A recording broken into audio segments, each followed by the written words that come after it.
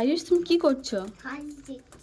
হ্যাঁ, এই যে আমাদের পাখি আছে, তো এদের এখন শাক দেওয়া হচ্ছে। এই যে আমি খাঁচাটা খুলছি না, যদি উড়ে পালিয়ে যায়, ওই জন্য উপর থেকে দিচ্ছি। এই কলমি শাক খাচ্ছে, ভয় পেয়ে গেছে। ওপরের গুলো তো একটাও খাচ্ছে না, এই পড়ে আছে নিচে, ওরা ভয় পাচ্ছে। ওরা ছোট ছোট আছে, এটা একটু বড় আছে, এই জন্য শাকগুলো খাচ্ছে।